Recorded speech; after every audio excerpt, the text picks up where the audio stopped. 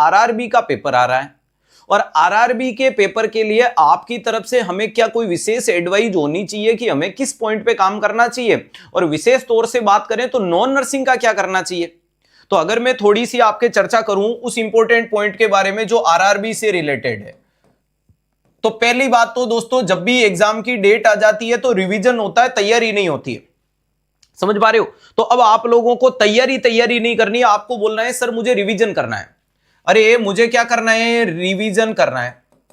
Revision का मतलब revision, री का मतलब पुणे और विजन का मतलब दृष्टि, यानी जिन चीजों में आप लोगों ने पहले दृष्टि डाल रखी है, यानी जो चीजें पहले पढ़ रखी है उसको वापस रिवीजन करेंगे।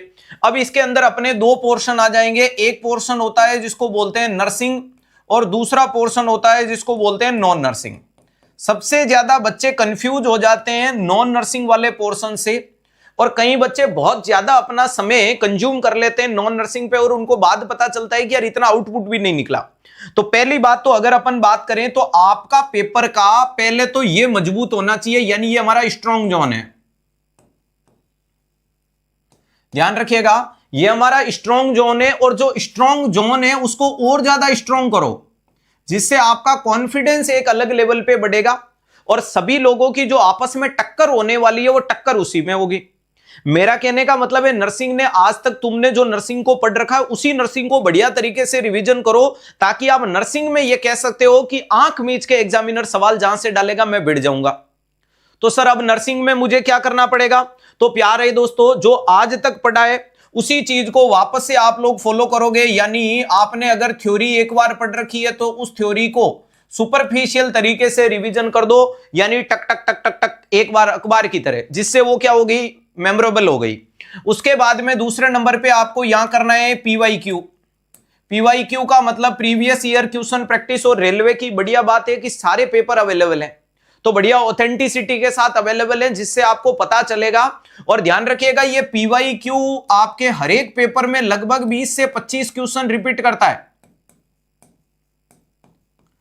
ध्यान रखिएगा हर एक पेपर में पीवाईक्यू से 20 से 25 क्वेश्चन रिपीट होते हैं, ये परंपरा है, इस बार भी होंगे। क्लियर है? वो कॉमन है, वो साधारण है, लेकिन 20 से 25 तो है, यानी पेपर में से 25% तो अपना यहीं से क्लियर हो गया। हाँ सर, तो ये कर लेंगे। अब पीवाईक्यू कहां मिलेंगे? आराम से इजीली अवेलेबल मिल जाएगा, टेस्ट सीरीज के माध्यम से मिल जाएगा, इंटरनेट के माध्यम से मिल जाएगा।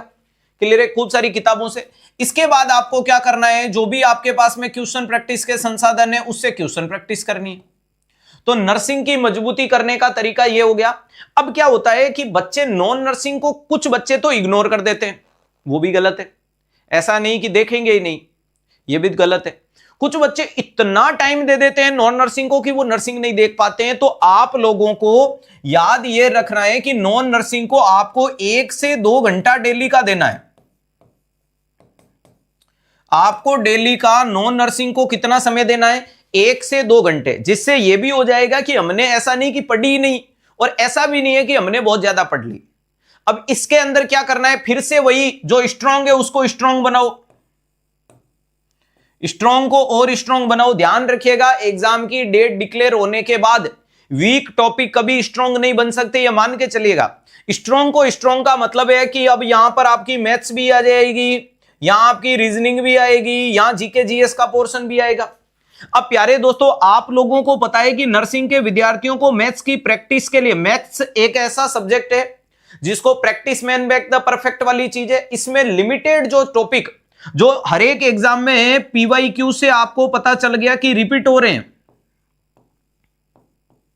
पीवाईक्यू से पता चल गया कि जो मैथ्स के टॉपिक रिपीट हो रहे हैं उन टॉपिकों की आप जरूर प्रैक्टिस कर लो। ठीक है? जैसे कि समय दूरी चाल वाला सवाल फिक्स देखने को मिलता है, जैसे कि आपको समय दूरी चाल हो गया, कार्य वाला समय देखने को मिलता है, ये आ जाता है। रेलगाड़ी की चाल जैसे सवाल आ जाते हैं, क्लियर है? ब्याज दर जैसा सवाल आ जाता है। तो कुल मिला के जो मैथ्स के वो टॉपिक जो नर्सिंग में रिपीट होते हैं आप उनको एक बार जरूर देखें। इसके अलावा जो रीजनिंग में जो फिक्स टॉपिक वापस रिपीट होते हैं उस टॉपिकों को रीजनिंग पे फोकस करो।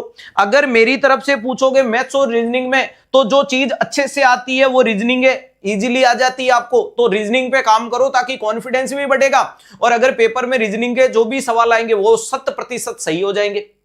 समझ पा रहे हो? तो कुल मिलाकर के ऐसी कंडीशन में, इसके अलावा जो जीके जीएस वाला पोर्शन आता है जीके का मतलब है जनरल नॉलेज, और जनरल नॉलेज की कोई लिमिटेशन नहीं है।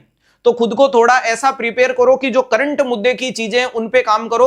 अननेसेसरी अपने पास में इतना समय नहीं कि अपन राजा महाराजाओं की सारी कुंडलियां निकाल के पढ़ पाए, सुपरफिशियली पढ़ सकते हैं। बाकी ये कॉमन की भाई स्टैच्यू ऑफ यूनिटी किसे कहते हैं, स्टैच्यू ऑफ लिबर्टी किसे कहते हैं, ये है वो है, संसद है, राज्यसभा है, कितने लोग होते हैं, लोकसभा में कितने होते हैं, एमएलए के अंदर कितनी कंडीशंस है, एमपी में कितने होते हैं, क्या है, ये कुछ कॉमन यानी जिसे जनरल नॉलेज या करंट में क्या क्या चीजें हैं। जैसे कि अभी रिसेंटली बीजेपी के राष्ट्रीय अध्यक्ष चेंज हो गए, जो पहले जेपी नड्डा जी थे, अब उनकी जगह नवीन जी को बना दिया, जो बिहार से देखा है, बिहार से लेकर के आते हैं। इसके अलावा जेपी नड्डा जी आपके हेल्थ मिनिस्टर का कार्यभार पहले संभालते थे, अब वो उनके पास एक हेल्थ मिनिस्टर का कार्यभार रहेगा। तो ऐसी कॉमन चीजें आपने उठा करके देख ली, जिससे आप खुद को अपडेट कर लिया। तो मेरा कहने का मतलब है अपने स्ट्रॉन्ग जोन को स्ट्रॉन्ग जोन बनाओ, नर्सिंग को पुरजोर समय दो। इसके अलावा 1 से 2 घंटा नॉन नर्सिंग को समय देना है। सर नॉन नर्सिंग की प्रैक्टिस कहां से करें, तो यूट्यूब पे आपको पता है कि रेगुलर आपके लिए नॉन नर्सिंग की क्लास होती है, उसके माध्यम से आप अपनी मजबूती दिखा रहे हो। इसके अलावा जो बच्चे हमारे क्रैश कोर्स वगैरह में या कोर्स में, उनके पास में पर्याप्त कंटेंट है, और जो बच्चे और कहीं से भी पढ़ चुके हैं, बस आपको यह समय जरूर देना है, यानी पूरा 0 भी नहीं करना तो पूरा 8-10 घंटे भी नहीं जाना है। क्लियर है, जिसके माध्यम से आप उसके फ्लो में रहोगे और आप अपने सिलेक्शन को आगे बढ़ा सकते हो। तो अपनी तैयारी को मजबूत करना है और अपनी तैयारी पे विश्वास दिखाना है कि सर मैंने जो पढ़ा है वो प्राप्त है, जो प्राप्त है वो पर्याप्त है, और मैं निरंतर मेहनत करूंगा और अपने सिलेक्शन को निकाल दूंगा। पढ़ाई करने के बाद अगर आपके मन से यह निकल के आया कि मेरा तो क्या ही होगा, तो तुमने पढ़ी हुई पढ़ाई के ऊपर बेकार कर दिया, उस पर झाड़ू फेर दिया है। तो पढ़ने के बाद खुद से कहना है कि मजा आ गया, आज जो पढ़ा है वो शानदार है, कल और बढ़िया पढ़ेंगे।